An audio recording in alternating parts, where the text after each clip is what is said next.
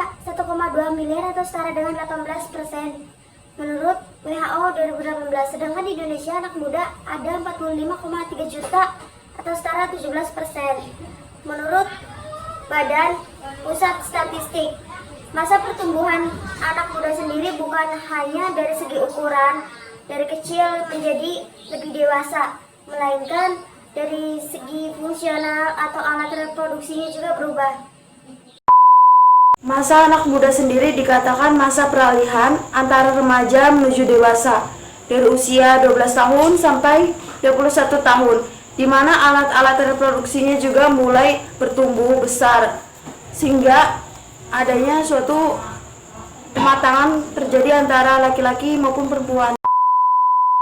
Masa pertumbuhan pada anak laki-laki sendiri ditandai dengan adanya suatu mimpi basah, sedangkan pada anak remaja wanita sendiri ditandai dengan adanya suatu menstruasi atau yang dikenal dengan menarche. Pada remaja wanita sendiri biasanya menstruasi sampai 5 hari atau 7 hari. Nah, ini merupakan suatu tahapan siklus menstruasi, di mana siklus menstruasi sendiri merupakan suatu perpanjangan siklus dari masa awal menstruasi sampai akhir menstruasi berlangsung.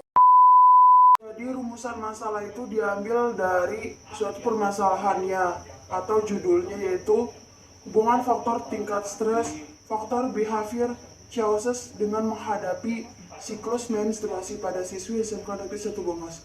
Nah, begitu tujuan umumnya juga, yaitu judulnya.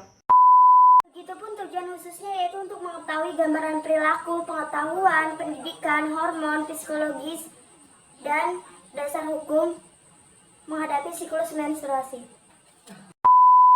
Manfaat bagi lembaga pendidikan sendiri yaitu sebagai informasi atau pengetahuan kepada siswi SMK Negeri 1 Bongas. Terus manfaat bagi Fakultas Kesehatan Masyarakat itu dijadikan bahan tambahan studi tetap. Terus manfaat bagi peneliti lain yaitu dijadikan sebagai suatu tambahan ilmu yang bermanfaat.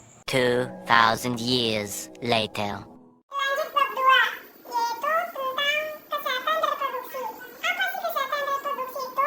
Menurut pasal 71 nomor 32 tahun 2009, kesehatan reproduksi sendiri keadaan sehat secara fisik, mental maupun sosial.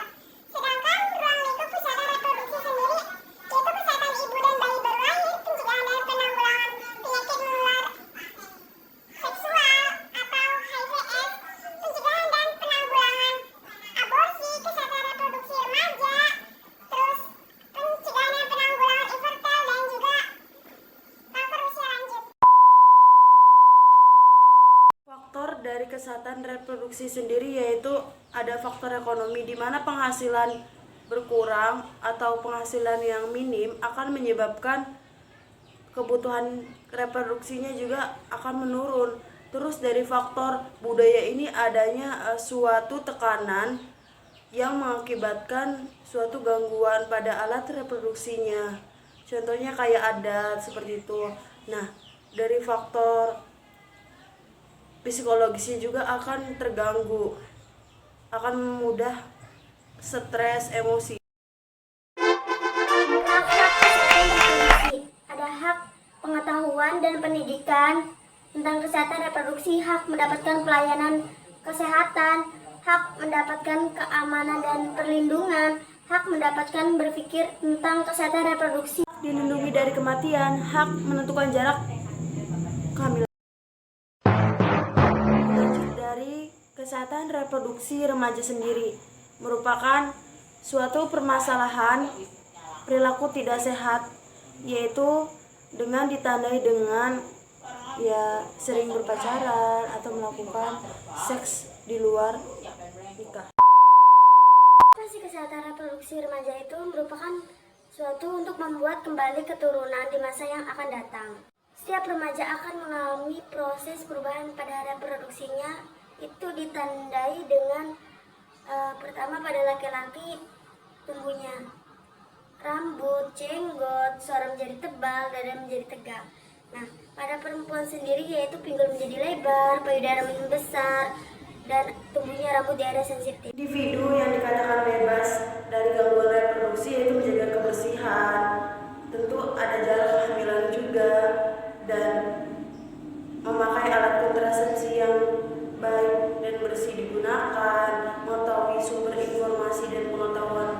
tentang alat kontrasepsi, memiliki akses kehamilan, memiliki akses menghindari kemandulan.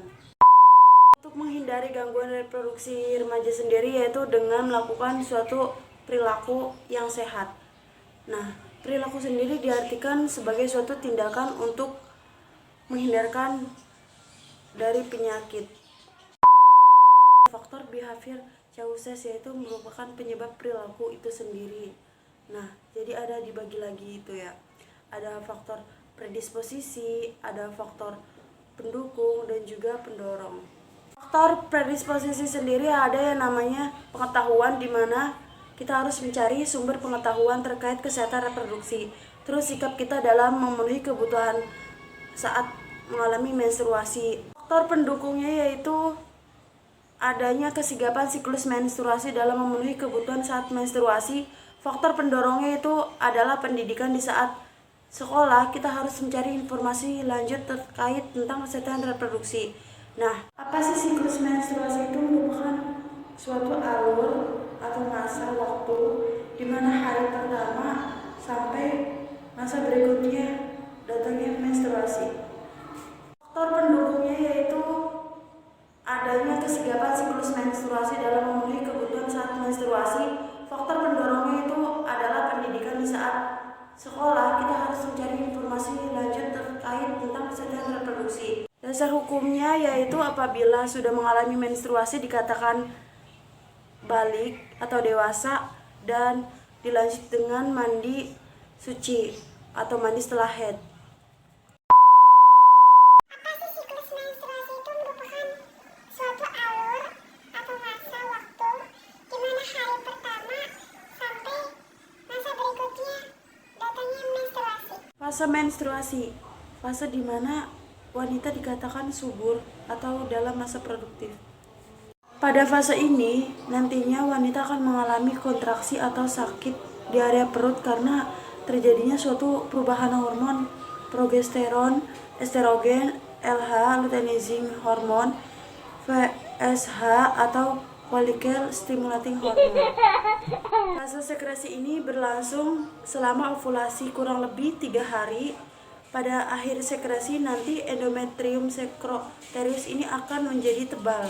Fase premenstrual ini fase di mana sebelum terjadi pembuahan dan bila terjadi pembuahan dan implantasi, maka korpus luteum ini akan mensekresikan hormon estrogen, progesteron semakin menyusut. Seiring penyusutan tersebut, maka dinding rahim akan mengalami suatu kontraksi atau pendarahan. Jadi siklus ovarium ini tidak adanya suatu tahapan, tetapi adanya suatu peningkatan hormon estrogen sehingga memperhambat kerja dari hormon LH, luteinizing hormone dan juga FSH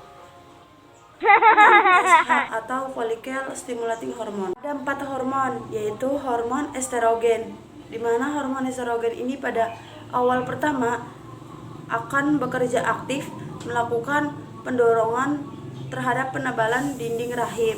Terus progesteron ini terjadi pada akhir menstruasi sehingga sel telur ini akan dibuahi. Terus adanya FSH ini untuk merangsang pertumbuhan folikel ovarium. Terus terakhir yaitu LH, hormon yang dilepaskan otak akan melepas sel telur dari ovarium. 2000. Bab 3 yaitu kerangka teori, kerangka konsep dan hipotesis. Pertama, kerangka teori ini kita bedain dulu variabel independen dan dependen. Kalau misalkan variabel independen itu variabel bebas, kalau variabel dependen itu variabel terikat. Nah, untuk variabel independen sendiri yaitu ini ada faktor tingkat stres, faktor behavior causes, faktor pendukung, dan juga faktor pendorong. Untuk variabel dependen yaitu perilaku menghadapi siklus menstruasi. Dilanjut kerangka konsep. Kerangka konsep itu kita sama tulis independen sama dependennya, tapi untuk variabel yang tidak diteliti kita tulis juga. Jadi yang membedakannya itu pada variabel yang tidak diteliti pada variabel konsep. Di sini ada hipotesis kalau HO semisalnya tidak ada hubungan antara hormon dengan perilaku menghadapi siklus menstruasi. Nah, kalau HA kebalikannya ada hubungan antara hormon dengan perilaku menghadapi siklus menstruasi. Metode penelitian, ada jenis dan desain penelitian. Penelitian menggunakan kualitatif dengan jenis pendekatan wawancara. Lokasi dan waktu penelitian yaitu bulan April sampai bulan Mei, tapi untuk tanggalnya tanggal 27 sama. Nah, untuk populasi dan sampel, populasinya yaitu pada siswi SMK Negeri 1 Bongas, subjeknya itu menggunakan teknik triangulasi sumber data, yaitu mengambil satu sampel saja. Terus identifikasi variabel tadi, variabel bebas, variabel terikat, terus instrumen yaitu menggunakan wawancara atau kuesioner. Teknik pengambilan data yaitu menggunakan sumber data yang diperoleh dari sumber data primer yaitu diperoleh dari responden. Data sekunder yaitu dilakukannya dokumen di rumah siswa SMK Negeri 1 Bongas.